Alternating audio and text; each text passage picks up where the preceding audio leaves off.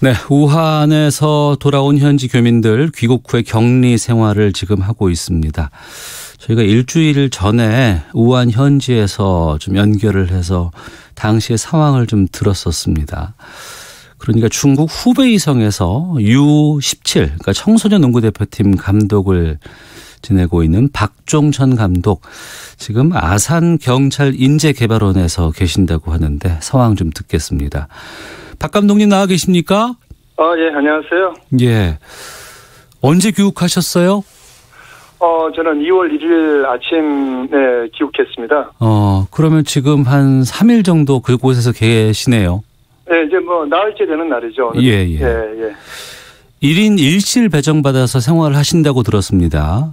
네, 그렇습니다. 어떠세요, 지금? 모든 물품 자체가 다 잘 구비되어 있고요. 예.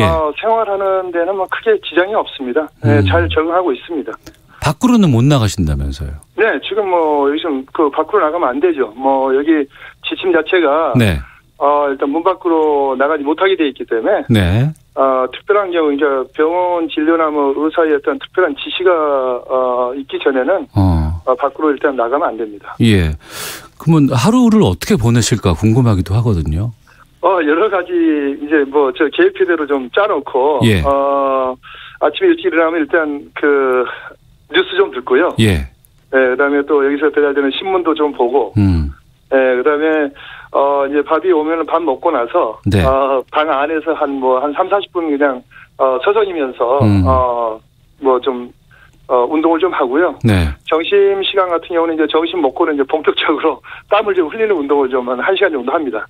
그건 방 안에서 다 하시는 거예요? 그렇죠. 푸시업이라든가 잇몸 일으키라든가 예. 그런 스쿼트라든가 또 뭐 푸시업 이런 걸로 해서 예. 그 시간을 좀 많이 허비하고 있습니다. 예. 밖에서 계실 때보다는 시간이 많이 안 가지 않을까 좀 그런 생각이 들기도 하는데. 근데 워낙 그 중국에서 네. 저도 그 한 열흘 정도 혼자 생활을 하다 와가지고. 예. 그래도 뭐 한국에 들어오니까 좀 안정적인 모습이고 또 밥도 네. 기름진 것만 먹다가 네. 또 한국 음식 이렇게 먹으니까 뭐 지금은 아주 뭐 쿨하게 잘 가고 있습니다. 네, 그러시군요. 박 감독께서 우한 외곽에 계셨던 걸로 알고 있었습니다. 네, 그렇습니다. 예. 그 공항까지는 어떻게 큰 무리 없이 잘 갈 수 있으셨어요? 그렇죠. 이제 저 같은 경우는 공공기관에서 하는 후베이성 올림픽 센터이기 때문에요. 예. 이제 저 같은 경우는 그 전세기가 결정이 되고, 그쪽 체육회에 전화를 해서, 제가 며칠 날 저녁 몇 시에 어디까지 가야 되니까, 네. 좀 공용차를 좀 배치해달라 그래서, 그 공용차가 그 숙소로 저녁 7시까지, 우리나라 8시까지요. 그러니까 네. 저녁 7시에 와가지고, 거기서 픽업해서 그 다운타운 광구라는 우리 한국 음식점 왕크라는 그 앞에서 집결해서 네. 그 영사관에서 제공한 셔틀버스로 타고 우리 공항으로 갔습니다. 예. 그리고 나서 우여곡절 끝에 김포공항에 도착을 했어요. 어떤 느낌 드셨습니까 그때?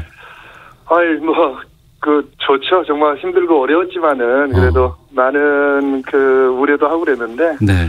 한국 하늘만 보고 밑에 김포 땅만 우리 가옥들만 봐도 기분이 좋더라고요. 그러셨군요. 네네. 청소년 대표팀 후베이성에 남아있는 선수들 있지 않습니까? 예. 그 선수들하고는 연락이 좀 되세요? 예, 단체 위챗방을 통해서 예. 안부도 전하고요. 예. 또 걔들은 완전히 밖으로 걔들도 못 나옵니다. 지금 후베이성 전체가 그렇기 때문에 제가 어제 우리 후배 트레이너한테 좀 부탁을 해서 네. 영상 제작을 했어요. 안에서 운동하는 한 30분에서 한 40분 정도. 예. 그래서 그런 부분을 좀 선수들한테 전달하고 또 그쪽 있는 학부형들한테도 전달을 해서 좀 방 안에서 네. 운동할 수 있고 좀 움직일 수 있게 그런 것도 좀 제공하고 그랬습니다. 그렇군요. 한국에 계신 가족들과는 만날 수는 없으셨을 것 같고 통화는 하셨습니까? 네, 워낙 요새 스마트폰이 잘 돼 있어서 영상통화도 자주 하고요. 네. 걱정하지 말라고 그래서 안정적으로 잘 있습니다. 예. 그러면은 14일간 격리 생활을 하셔야 될 것 같은데 그러면 언제쯤 나갈 예정이신가요? 글쎄요, 제가 봐서는 뭐 14일이나 15일이 되지 않겠나 이렇게 보고 있습니다. 오는 금요일이나 다음 주군요. 다음 주 14일이나 15일 정도. 네네네. 혹시라도 좀 불편하신 거 있으시면 좀 어떤 걸 좀 필요하다고 좀 요구하실까요? 처음에는 뭐 기름진 것만 먹고 와가지고 힘들었는데 지금은 예. 그 뭐 김치도 나오고 그래도 뭐 된장국도 좀 있고 그래서 얼큰한 것도 있고 그래서 아주 뭐 속을 잘 뒤집고 있습니다. 그러시군요. 알겠습니다. 네. 웃는 목소리 좀 들으니까 반갑고요. 좀 건강하시고 조심하셔서 나올 때도 좀 연락드리도록 하겠습니다. 오늘 말씀 고맙습니다. 네, 고맙습니다. 예. 지금 아산에서 격리 생활 중입니다. 후베이성 청소년 농구 대표팀 감독을 맡고 있는 박종천 감독 연결해서 말씀 좀 들었습니다. 조금 전에 16번째 확진 환자가 국내에서 발생을 했죠. 지금 상황 어떤지 좀 알아보도록 하겠습니다. 한림대학교 감염내과의 이재갑 교수를 연결하겠습니다. 교수님 안녕하십니까? 예, 안녕하세요. 예. 요즘 너무 바쁘시죠? 좀 그렇긴 하네요. 예. 시간이 좀 많이 흘러서 건강이라든가 또 방역 활동하시는 분들 또 여러 가지 관계자분들 걱정이 좀 되거든요. 어떻습니까? 좀 많이 피로도가 좀 올라가는 것 같고요. 예. 일단 이제 방역 당국이 좀 제일 피로도가 올라간 것 같고 일선 의료기관도 지난주부터 선별진료 설치한 병원이나 보건소들도 상당히 좀 부담이 되기 시작합니다. 예. 우선 오후 2시에 질병관리본부에서 브리핑할 예정이라고 하는데 확진 환자가 지금 1명 늘어난 상황이거든요. 이걸 어떻게 보세요? 일단은 16번째 환자 같은 경우는 일단 자세한 경로는 확인이 돼야 되지만 태국에서 입국하고 또한 이제 증상이 시작돼서 있다가 이제 진단이 된 것 같은데 네. 12번 환자랑 좀 유사하거든요. 네. 그러니까 우리가 보통 생각하는 중국에서 오신 분이 아니고 다른 외국에서 또한 감염된 상태로 들어오신 상태로 생각이 되기 때문에 네. 그러니까 저희가 이제 제일 걱정하는 부분이 이런 부분입니다. 우리가 예상하지 않은 곳에서 환자가 발생을 하게 될 경우에 지역사회 감염에 이제 시초가 될 수 있는 거든요. 그래서 이제 이런 환자들이 어쨌든 2개 병원에서 잘 확인해서 조기 진단된 게 다행이기는 한데 네. 이런 부분이 또 어디서 이루어지고 있을지 이런 부분에 대한 좀 막연한 부담감이 있기 때문에 이런 부분에 대한 대비를 이제 시작해야 될 때가 아닌가 생각이 듭니다. 네. 그러니까 16번째 확진 환자가 42살 한국인 여성이고 태국을 여행한 경력이 있고 지난달 19일 입국했다고 하는데 아직은 어떤 경로로 이분이 이 바이러스에 대해서 감염됐는지에 대해서는 조사 중인가요, 그러면? 그렇죠. 조사 중이겠죠. 그 조사 결과가 상당히 중요할 것 같습니다. 태국에서 어떤 경로를 통해 감염됐는지 확인이 필요할 것 같고요. 예. 12번 환자 같은 경우는 일본에서 진단된 버스기사랑 접촉력이 또 확인됐잖아요. 네, 그런 수준의 어떤 역학조사 결과 또한 태국 정부와의 어떤 협력을 통해서 정말 경로 확인이 필요할 거라 생각이 됩니다. 태국과도 좀 여러 가지 연락 같은 것들이 필요할 것 같네요. 네. 자, 그리고 2번 확진 환자는 지금 퇴원 검토한다고 질병관리본부가 밝혔습니다. 네. 퇴원 검토한 건 처음이죠? 네, 그렇죠. 이 환자의 회복이 좀 빨라서 일단은 퇴원을 고려할 수 있다는 것 자체가 상당히 좀 고무적인 상황이고 일단 우리나라의 어떤 환자의 진단도 빨랐던 점들 또한 환자의 치료들도 적절히 이루어졌기 때문에 퇴원 환자가 첫 환자가 퇴원하게 되면 일단 우리나라의 어떤 치료 체계가 또 잘 갖춰졌다는 걸 반영하는 또 얘기가 될 수도 있겠습니다. 그러니까 퇴원한다는 건 완치됐다는 뜻입니까? 네, 좀 완치됐고 바이러스도 이제 배출되지 않는다 이런 의미죠. 그런데 완치되고 나면은 재발 가능성은 없을까 궁금하거든요. 그러니까 재발과 관련돼 있는 부분은 데이터가 별로 없고요. 사실 중국에서도 그런 자료를 찾을 수가 없는 게 이미 나은 사람이 또 다니다가 또 걸리는 상황이 발생해야 되는데 그런 상황이 이제 나오긴 아직 이르거든요.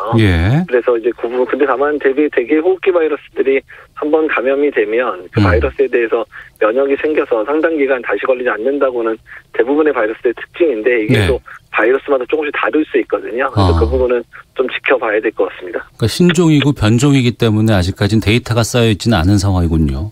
그렇죠. 그러니까 이번 환자를 보니까 지난 24일 확진 판정을 받았고 오늘이 2월 4일이니까 한 열흘 정도 만에 퇴원 지금 검토하는 단계입니다. 이러면 감기 정도 우리가 평소에 앓고 있는 감기 정도가 아닐까 싶기도 한데 그러면 이 신종 코로나 바이러스는 건강한 사람의 경우는 좀 가볍게 지나갈 수 있는 병으로 이해를 해도 괜찮습니까? 일단은 좀 이제 중국 사례를 보게 되면 아주 임상 양상이 다양하거든요. 예. 그러니까 아주 건강한 별로 그냥 증상도 가벼운 사람부터 해서 중증으로 폐렴이 발생해서 사망까지 하는 분까지 아주 다양하게 나타나는데 예. 대개는 이제 중증으로 진행하는 분들이 좀 연세가 많거나 만성 질환이 많은 분들이 대부분이긴 합니다.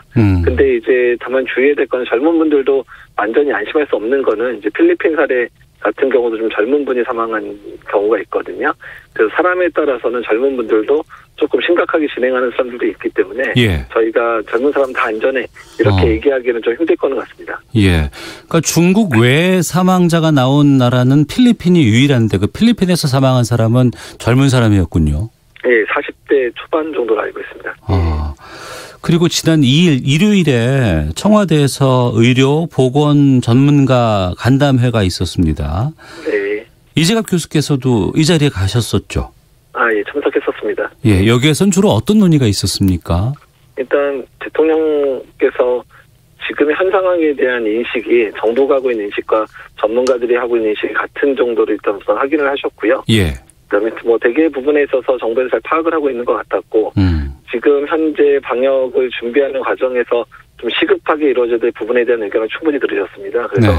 일단 뭐 지방의료본부를 얼마나 지원해주고 또 확충할 건가에 대한 부분들 또한 현장에서 느끼는 여러 가지 뭐 이제 선별진료소 설치와 관련된 있는 지원과 관련된 부분들 또 부서 간 협조나 이런 부분들 또 지자체와 중앙정부 협조 뭐 이런 얘기들이 다방면에 다뤄졌고요. 네. 그 부분에 대해서 충분히 들으셨고 또한 그 주변에 계신 여러 이제 실장님들이나 비서관분들한테 이야기를 해서 빨리빨리 이제 그런 부분들이 해결되도록 이렇게 조치를 취하셨고요. 실제로 다음 날부터 그런 게 조치가 취해지는 게 눈에 보일 정도로 보이고 있어서 예. 어느 정도 전문가들의 의견을 들으신 게 좀 잘 반영되고 있는 게 아닌가 생각이 듭니다. 뭐 여러 이야기가 오갔겠습니다만 지금 보도를 보니까 전문가 쪽에서는 국내로 유입되는 환자의 수를 줄이는 것이 중요하다 이런 의견을 내셨다고 들었거든요. 네, 맞습니다. 이제 일단은 뭐 입국을 뭐 금지하든지 이런 것들은 이제 통치권자의 어떤 결정 부분이기 때문에 저 뭐 일단 방법론적으로는 뭐 저희가 구체적으로 말씀드리기는 어렵지만 예. 일단은 방역 당국이나 어떤 일선 의료기관의 부담을 덜기 위해서는 이제 위험이 있는 그런 사람들의 숫자가 절대적으로 줄어야 어떤 방문하는 숫자도 줄게 되고 저희들이 검사하거나 입원시켜야 될 대상도 줄어들기 때문에 네. 그런 부분이 중요하고 그 방법에 있어서는 뭐 여러 가지 실질적인 방법들 다 해보는 거 다 좋은데 그런 것만으로 안 된다면 입국 금지까지 고려해야 되는 게 아니냐. 이 정도 수준의 얘기까지 이제 저희들이 말씀을 드렸습니다. 예. 그럼 그 말씀은 앞서서도 제가 처음에 뭐 지금 많이 힘드실 것 같다라는 말 전해드렸습니다만 우리 지금 현재 의료 인력이라든가 시설 이런 네. 쪽에서 일하시는 분들 아니면은 기관 아니면 장비 이런 것이 모두가 다 지금 계속 장기화되다 보니까 좀 피로 누적도라든가 이런 것들이 좀 있지 않을까 걱정이 되거든요. 어떻게 네. 보세요?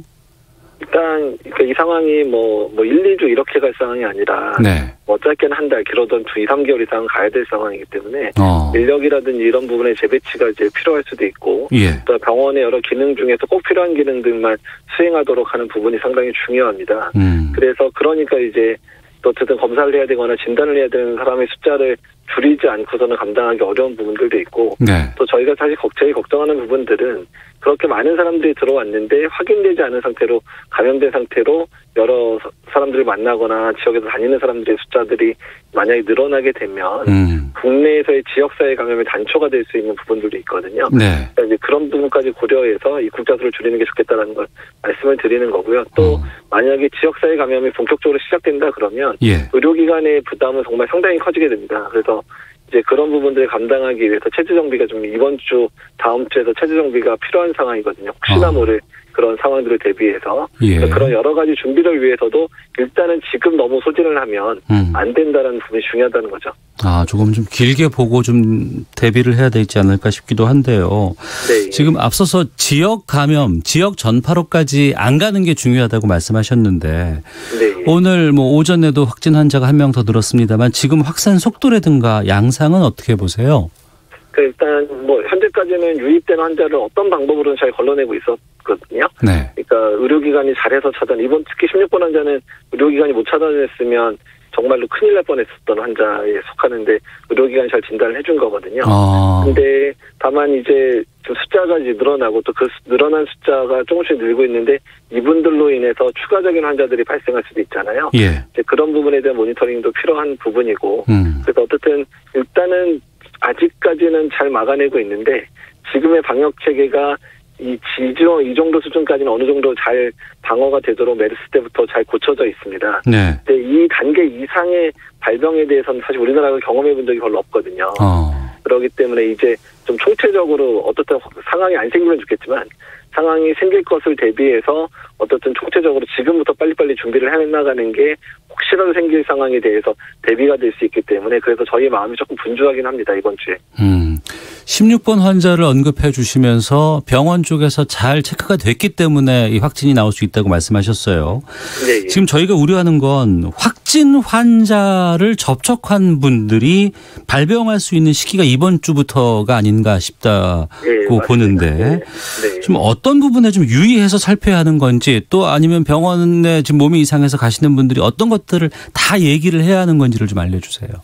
아직까지는 일단 중국 여행력이나 이런 부분들을 꼭 알려주시는 게 상당히 중요하고 예. 중국 여행력 이후에 일단은 발열이나 호흡기 증상 있는 경우에는 일단 1339에 전화해서 어디로 가야 될지를 지정을 받아주시는 게 의료기관에서도 혼선이 없거든요. 네. 그런 부분들 또한 이제 본인이 증상이 그러니까 일단 아직 지역사회 감염은 없기 때문에 일단 자제를 해주시는 부분도 중요하거든요. 내가 네. 아직 그냥 연락 후 기침하는데 나도 뭐 신종코로나바이러스 감염 아니야 그러면서 여기저기 전화하거나 병원들 방문하기 시작하면 병원들이 정말 어지러운 상황이 될 수도 있기 때문에 그런 부분 좀 자제해 주셔야 되고요. 또 네. 특히 선별진료소가 설치되어 있는 병원 또는 이제 환자를 치료하고 있는 병원 같은 경우에 이미 그쪽에 인력들을 보강을 하고 있기 때문에 조금씩 힘들어지니까 일단 간단한 병이라든지 아니면 뭐 일반 의원급에서 해결할 수 있는 많은 여러 가지 좀 가벼운 병들은 의원급 의료기관에서 충분하게 해결을 해주셔야 네. 이런 대학병원급들이나 아니면 선별진료 설치되어 있는 병원급 의료기관들이 계속 장기간 버틸 수 있거든요. 네. 그래서 의료 전달 체계가 지금 잘 지켜지는 것도 상당히 중요합니다. 그리고 좀 뭐 해외 사례 같은 것들을 보도하면서 일부 나라에서는 지금 치료제가 뭐 개발이 되고 있다더라. 뭐 HIV 관련된 것들을 투여했더니 치료가 되더라. 뭐 이런 얘기들 나오거든요. 치료는 어떻습니까? 일단 뭐 신종 바이러스다 보니까 아직까지 이 바이러스에 효과가 있다라고 이제 밝혀진 약들은 없지만 이 바이러스의 성질이 뭐 메르스나 사스와 크게 다르지 않을 거라고 생각이 들기 때문에 예. 그때 사용했던 약들이 시도가 되고 있습니다. 그래서 대표적인 약들이 뭐 HIV에서는 칼레트라는 약인데 이건 우리나라에서 2015년 메르스 때도 사용을 해봤던 적이 있고요. 네. 또한 뭐 인터페론 이런 약들도 써본 적이 있고 또한 미국 같은 경우는 이제 그 에볼라 치료제를 개발해서 연구 중인 약이 일부 효과가 있을 수 있다 그래서 이미 첫 번째 환자한테 그 약이 투여되기도 했었거든요. 네. 현재 신종 바이러스가 나오면 어떻든 조금이라도 효과가 있을 만한 약들을 준비해서 일단 투여를 해보여서 환자를 돕는 그런 과정들을 밟게 되는 그런 과정들이 일련의 준비가 되어 있습니다. 그래서 이제 그런 것들을 이용해서 조금이라도 환자한테 도움이 될 만한 약들은 투여를 해볼 수 있고 안정적인 부분들을 고려해야 되긴 하지만 투여해보는 것도 뭐 나쁜 방법은 아닐 것 같습니다. 그러면 그 퇴원 지금 검토 중인 입원 환자의 경우는 치료제가 잘 들은 건가요? 아니면 몸에서 이겨낸 건가요? 그 부분은 제가 그 구체적인 내용들은 전달받기도 어렵고 제가 말씀드리기가 좀 어려운 부분이라 두 가지가 다 돼 있을 거라고 예상을 하고 있습니다. 예. 그 뭐 다른 나라들과 뭐 의료진들 간의 치료법 공유 같은 것들은 좀 이루어지고 있습니까?